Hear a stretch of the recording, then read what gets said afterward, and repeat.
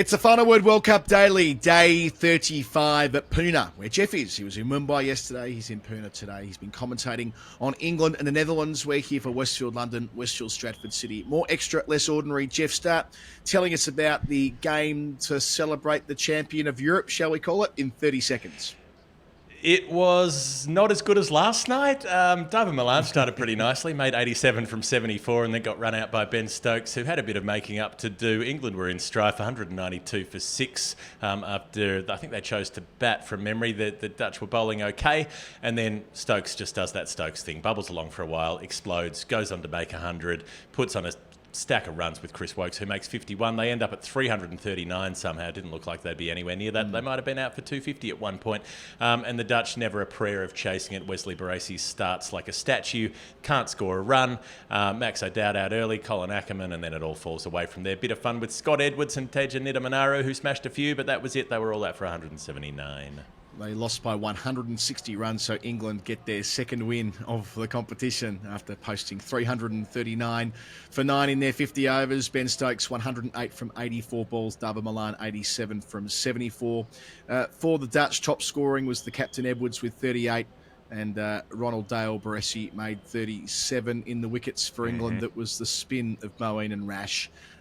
The finger spinner and the wrist spinner with 3 apiece. After Willie bowled beautifully, I thought, 2 for 19, and Chris Woakes put on a clinic with his outswingers at the start and could have done better than 1 for 19 himself. Is it naive of me to say, Jeff, you're at the ground, is it too reductive of me to say that the let-off that Ben Stokes got, the leg before reverse sweep that went his way, the spike that looked like it couldn't possibly have been given the gap between ball and pad, turned this game? Because it felt at that juncture that the Netherlands were pressing England into a sort of all-out 240 position. Then Stokes gets the reprieve, hits a couple of sixes, and the game seems to turn at that point. Is that fair? I think that is fair, and there's also a drop catch as well. Stokes gets dropped in the deep. I think it was Aryan Dutt from just trying to dredge these things up out of my memory. Diving forward, one of those difficult ones, didn't quite get to it, so there was that too. But yeah, there's no under edge on that. I mean, again, this is something that we banged on about plenty of times before. That's a third umpire who is told that if there's any movement on a sound wave graph, you must declare that it's an edge. It wasn't an edge because it was already happening before the ball got to the bat, and it was still happening when the ball passed the bat. The ball wasn't near the glove. You could see it on the replay that there was a gap there. So Stokes didn't hit it. They didn't show us the rest of the projection at that point. I think, this is an ICC broadcast, so maybe worried about not stoking controversy, but it was probably going on to hit the stumps. Certainly looked like it. So he gets the reprieve there. And then they probably would have been able to keep turning the screws, you would have thought. Chris Woakes batted beautifully, but batting with Stokes is a bit different from batting with the tail. David Willey came in and hit a 6 and got out next ball. So there's batting ability down the order for England, but there was the opportunity for the Dutch to, had them 6 down, would have been that 7th. Would have been the most important one, Stokes, and he's the one when they're in some trouble. People will look at this afterwards and say, well, that was a really easy win for England. It wasn't at that halfway mark, really, of the first innings when they were in all sorts, and that was despite Milan starting like a dream, finally got off to a really breezy start and was going comfortably faster than a runner ball after Logan Van Beek bowled a bunch of trash in the power play, a lot of wides, a lot of half volleys, got pumped, kept getting brought back on. Scott Edwards' first bad captaincy bit of the series, I think. He brought Van Beek back. I mean, after his first over, he should have been off. He bowled 4 on the spin and went for about 40 runs. It was no good. And there's backing your players, and then there's being foolish about it. Yeah, it felt like, look, first of all, there was no one there at the game, and I'm not passing judgment here. It's deep into the group stage, and this game doesn't have an awful lot riding on it. Felt like I hadn't seen the Dutch play for a while. I'm not sure if they've had a long break or whether it's just been the way that the games have sequenced, but I've missed the Dutch, and, they had such that nice run there in the middle of the group stage, and they're nearing the end of it now, and as we said, I think in relation to the T20 World Cup in the Super 12 stage last year, they were really competitive at the front of it, and they just waned as they went through. So in a way, it was kind of predictable. But still, they did have their moments, and there were some shitty bits like the Stokes thing there. That I know we've said this forever and a day, but having professionals who are only trained in interpreting audio-visual data or data as it's coming in, that these days I think is the most important thing for a television official, not whether they've made their way to the top of the ICC elite panel like Murray Erasmus, who's a great umpire, one of the best umpires of his generation. I think the way he dealt with what happened the other day with Angelo Matthews in a really calm and considered way reinforces that point, like trying to negotiate a settlement between two bulls in the paddock. Now, and he's been around for a very long time. And he knows that he's got no other choice in that situation other than to hit the red button because, as you say, there is a noise. But I think that the common sense test suggests that it was the glove on the pad making that squidgy noise that probably led towards the spike. And we sometimes see that with the reverse sweep when everything's bunched together there. And there was one later as well where I felt really sorry for the on-field umpires, including Ashan Raza officiating in his 50th game today, when Joe Root had a claim for a catch at short cover. I think it was cover, or was it mid-wicket? One or the other, in close. And he knew it was out. The replay looked just like it was fine and no drama at all. The batter had no problem with it most of the way to the rope. But the soft signal's been taken away from the process. And we, at different points, were a bit sharp about the soft signal. But maybe in hindsight, it did have a bit of a worthwhile function because the on-field umpires in that situation would have said, well, that's out. I expect it would have been finger up. You're charging all the responsibility again on the TV umpire who's relying on grainy footage from on top. It's not an image that's low enough down that he can tell conclusively. And we're going to see more and more of those obvious ones given not out. Very similar, actually, to what happened to Marcus Stoinis 24 hours earlier, where the sniff test was, well, that's just out, but it's too hard for a third umpire to make a conclusive decision when there's no soft signal to lean back on. Yeah, so that was Joe Root with Sybrand Engelbrecht, who clubbed one to short mid-wicket. Root had his hands on the ground, looked like it went straight in live. You know, everybody watching on here was comfortable with that being given out. I think if on-field umpires, even if they had a soft signal and the soft signal was out, we still saw ones like that being overturned by third umpires and saying not out because they couldn't be conclusive about it. So basically the soft signal had become redundant anyway. But you can't take a catch with your hands on the ground anymore. That's now illegal in televised cricket. You can't do it because that was clean. The Stoinis one was the Stoinis one clearly bounced off his right hand. One hand to the other. And then up into the air a little bit into his left hand. It landed on his hand. Like this, it looked clear as day from where I was sitting, but third umpire disagreed in both those cases. In this case, he only had this one angle to look at, and he looked at it a bunch of different times, and all you could tell was that you couldn't tell. So in the end, it gets given not out. That's the way things go sometimes. It didn't make a lot of difference. Engelbrecht was kind of funny. He hooks his next ball for six, and Joe Root was furious about it as well because he was very confident that catch was out, but it didn't make any difference to the result because the Dutch were nowhere in it. But they were in it in that first innings when Bairstow plays across the line and top edges Arian Dutt, who was pretty good, the off spinner, caught it short fine, and then Joe Root. I think I'll come back to Joe Root's dismissal in the Hall of Fame, but let's just say that he was bowled attempting a scoop, and then Malan just cruising, and then he comes down for a run. Stokes says no. He turns back. Logan van Beek's one good bit of the day. He bowled horribly and was out for two, but he gets a good throw into Edwards, who runs out Malan, and then suddenly the pressure's on, right? Brook top edge is supposed to lead it to deep mid-wicket on 11. Butler chips to mid-off on 5. He's had a horrible tournament. Moeen hits to long off. Dutt again, and he's out for 4, and they're 192 for 6, nearly 15 overs to go, and you're dreaming of maybe it's the Dutch chasing 230 here if they roll through them. Yeah, and some of those dismissals were, I guess, quintessential England World Cup 2023 dismissals. Butler feels like he's been out for 5 from 11 from every time he's played, and Moeen Ali's hit a catch to long on or long off every time he's played. So, when they're in the hole at 192 for 6, that's when Chris Woakes walks in and has that really impressive partnership with Stokes, albeit after that luck we've discussed already, when Stokes was in maybe the mid-50s or thereabouts. They take it from 192 in the 36th over to 321 in the 49th when Woakes eventually falls for 51. And Root in the middle of all of that, I think you're right. We should come back to that in the Hall of Fame because that's that in itself is a moment that is that typifies a lot of what's happened with England. I think around that was when I think it was Shane Watson. It was Shane Watson was on commentary, on television commentary. That is talking about a side being at rock bottom and using that 2015 England campaign as a bit of a reference point, how they reset. But it was instructive hearing him talk about the Australian team and saying that in 2013, they reached what he defined as rock bottom around homework gate. And he would say that, I suppose, after what famously happened to him being suspended. But immediately after that, with he a became change captain next test. He did become captain. But the change of coach shortly thereafter in England and being able to just strip the whole game back to bare principles and going back to where they needed to be. And, I found that interesting because England had to do a similar thing 2 World Cup cycles ago. And it feels like they probably will again. Yeah, sure, they've won here and they might beat Pakistan. Who knows? But the starting point is that this has been an absolute shocker for them. And in the absence of a bit of luck, they could have found themselves in strife again today.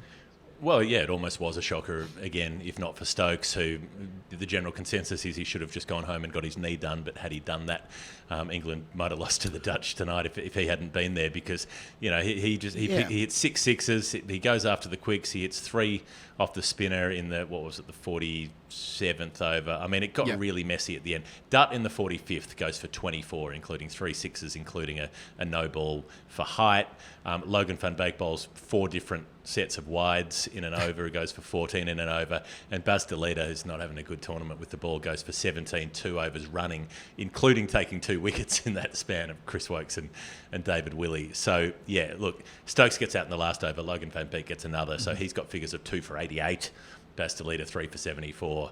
They picked up a few, but they make ugly figures. I felt a bit sorry for Dawid Malan with the way he got out. First time he's been run out in international cricket on the basis that there's a single there, but Stokes can't run it because he's on one leg. I know Stokes makes up for it and his all-round ability. We saw a bloke on one leg do the unbelievable yesterday. This was different, of course, because Stokes is coming into the game with an injury and managing around it. But yeah, Malan was entitled to think there was one there, but the fact that Stokes can't come for a quick single in a limited overs international, I mean, being able to do that tends to be a prerequisite of being picked in these types of teams, being dynamic enough to scamp. Yeah, exactly. I think we found ourselves a prerequisite. Anyway, any other thing before we get to the Hall of Fame and end the episode? What for the Dutch? They've played these 8 games, Jeff, and they've got one more to come, and they'll play India, and that's fine. Like, in all probability, that's the end of their run because India will destroy them on Sunday, bar something miraculous. But not the first time we've made this observation, but they've done some really important, impressive things. A, to get here, and B, to win 2 games against 2 full members, including South Africa, who are likely to finish second. And they go back into the pool of associates without the World Cup Super League and the probability of them playing games like this and getting fixturing that'll help them progress and be competitive at the next World Cup goes down from here, which just feels so wrong given if they were getting more cricket like, say, Afghanistan have. We see the progression Afghanistan have had in the last 2 World Cup cycles where they were toyed with by Australia and pretty much everybody else in 2015, didn't win a World Cup game in 2019 and really should be 1 foot in the semi-final if not for the miracle last night. I don't know whether the Dutch have a route to doing such a thing. I don't know whether there'll be the infrastructure there for them to be playing the games and the tournaments that'll give them even a chance of that. And that's a bit worrying given how impressive they've been at times. It looked like a golfing class tonight, especially in the reply when they were batting, because Wokes and Willey have been smashed around by other teams through this World Cup. These guys couldn't lay a bat on them, the openers for the Netherlands. They couldn't score. I mean, they brought back Wesley Baresi, who's 39 years old, and who had a shocker. Absolutely, he was 15 off 45 balls at one point. He eventually got going a bit, hit a 6 down the ground and a couple of 4s, but ended up 37 off 62. You're chasing 340, Wesley. 37 off 62 is not the way to do it. Max O'Dowd is out early, partly because of that pressure, because no one's scoring. They had 4 runs into the 4th over. A couple of maidens got bowled by David Willey. You can't have players bowling maiden overs at you. Like, you've got to at least be able to rotate strike a bit. And so Max O'Dowd's out early. Colin Ackerman nicks off for a duck. And then Engelbrecht gets his reprieve that lets him make 33. Even then, it's 33 off 49. So that's a slow innings. And it's only that Edwards Nidamanuro bit, who you robbed, Taja, because he top scored, not Scott Edwards. He made 41. And smacked a few. Yeah. They didn't get much to take out of tonight, the Dutch. So don't steal anything from them. But he looked pretty good at times. He took on a few. He hit an amazing pick-up pull shot over deep backward square, sailed away for 6, hit a 6 down the ground as well, and was decent. And Edwards was enterprising. Someone pick him up for a T20 league, please. He's a very good player. Well, speaking of T20 leagues, that's all David Willey's really playing for here, isn't he? 2 for 19 from 7 and bowled delightfully. That ball he sent down to get rid of Ackerman on naught is unplayable. And some of those balls that Wokes bowled, shaping away, found the edge at one point. Root technically drops the catch, but it's absolutely Butler's chance in front of first slip. That's an error from the wicketkeeper, not from the former captain. But yeah, the way that Wokes was able to hoop it around and Willie as well, I guess for them it's a story of what could have been had their batting been anywhere near good enough and when it mattered. But yeah, it's all moot now, and I don't suppose either of them will play one-day cricket again after this tournament because Willie's already announced his retirement, and I suppose Wokes will become a bit of a test match only prospect with the inevitable white ball reset that's coming. I know Rob Key's coming out this week to review it all and so on, and wherever they go, I'm sure a number of senior players like Wokes will be pensioned off regardless, even if he was very, very good tonight. And even if he just signed a new contract in the last couple of weeks, as they all did, except for David Willey. So that's a good time to have a reset of your white ball team. Shall we do a Hall of Fame? I think we should. Jeff, the final word Hall of Fame is brought to you by Westfield London and Westfield Stratford City. We haven't had a chance to sort of go back one more time over the virtual reality opportunities at Westfield London. Sorry, it's Westfield Stratford City, isn't it? We've been banging on about this for about a week now. The Age of the Pyramids. It's a virtual reality experience you get through Horizon of Khufu. You step back in time. You get in the machine. It's such an impressive, immersive experience that the British Museum tried to put it on display. So, and I've been to the British Museum recently. They're really into their Egyptian history. If they reckon this is good to go, if this is hot to trot, according to them, this must be some pretty good gear.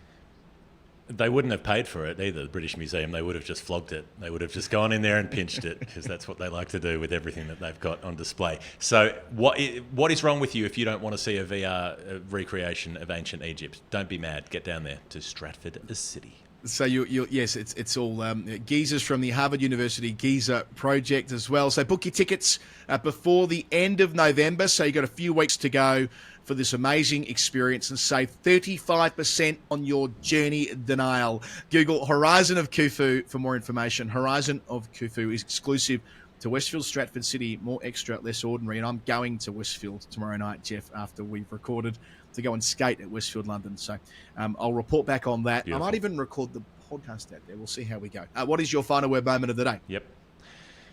Well, I've got a few. I ran into Paul van Meekeren's dad, the Dutch seamer who bowled really nicely up front. He had a shirt on with Van Meekeren Senior on the back, so I assumed that's who he was and asked him, and he was. And that's how I ended up with this Netherlands hat because somebody came up and assumed I was part of the cheer squad and just handed the hats out. So I was like, well, if they've given me a hat, then I better wear it for the rest of the day. You got to hold up. If you're in the cheer squad, you got to hold up the banner and you got to start the Netherlands. And get the flogger out as well behind the goals. I'm looking forward to next footy season.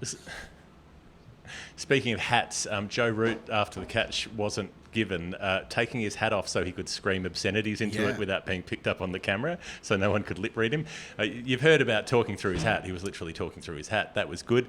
And I guess that brings us to Joe Root and the other dismissal. We've seen him playing the lap scoop over deep third. We've seen people muttering and shaking their heads and saying, well, he'll get out doing that. He got out today, and boy, did he get out today.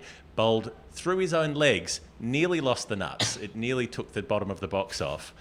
He shaped to scoop. He realised there was a bit more bounce than he anticipated, tried to rise up with that bounce and bring the bat up, and then just lost the ball completely. And it went through his legs and hit the top of middle stump. One of the most beautiful dismissals you'll ever see. I won't be the first person to say that it seemed to sum up England's World Cup campaign writ large, didn't it? The chap they crossed to in the audience, in the crowd there at Pune, who was just devastated, and Root himself, his body language today was all off, from the drop catch to the catch that wasn't. I'd say drop catch, it was, as I said before, it was Butler's, but nevertheless the one that he misses, and then there's the other review which he insisted upon in the first over, which wasn't out. And again, I suppose Root, despite having this brilliant one-day record, 18 centuries, an average of 48, this may well be his final tournament as well when they play Pakistan in that final game on Saturday. That might be it.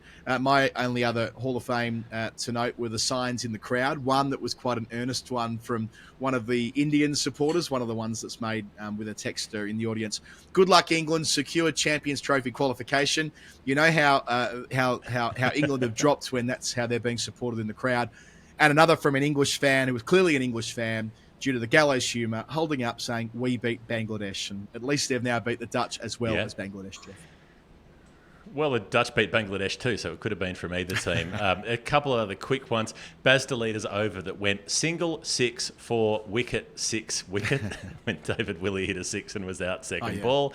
Teja Nidamanuru's 6 over long on that he hit so high in the air that when it came down, it just plugged into the turf. It didn't bounce. I don't know if you saw this, but it sank literally half the ball, disappeared into the turf. It was just like a hemisphere sitting there, like a cheese plate or something, and they had to dig it out of the ground.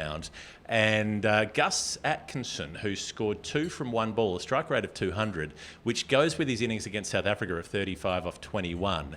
His strike rate, his batting strike rate before today was 166.66. He's one of the 7 players in World Cup history with a faster batting strike rate than Glenn Maxwell, and he improved that strike rate today to 168.18. He's gaining ground on Maxwell.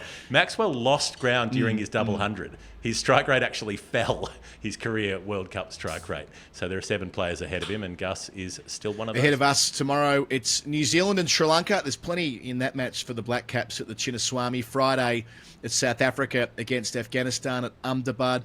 England play Pakistan on Saturday, Eden Gardens, and the Netherlands play their final game, the final game of the group stage, also at Bangalore against India, and that will be that. Jeff, where are you off to next? I am off to Delhi tomorrow for a couple of days, and then what have we got? We've got Australia, Bangladesh later on. It's very confusing, and then we're trying to work out which semi-final we'll end up at. I'm probably going to Calcutta, but that depends whether Pakistan make it into 4th spot. Right, of course. If they make it, it'll be India, Pakistan playing there. Forgot about that. Nice one. Okay, safe travels where you're going next up to Delhi. This has been the Final Word World Cup Daily for Westfield, London. Westfield, Stratford City, more extra, less ordinary. At last, England get a second win. Bye.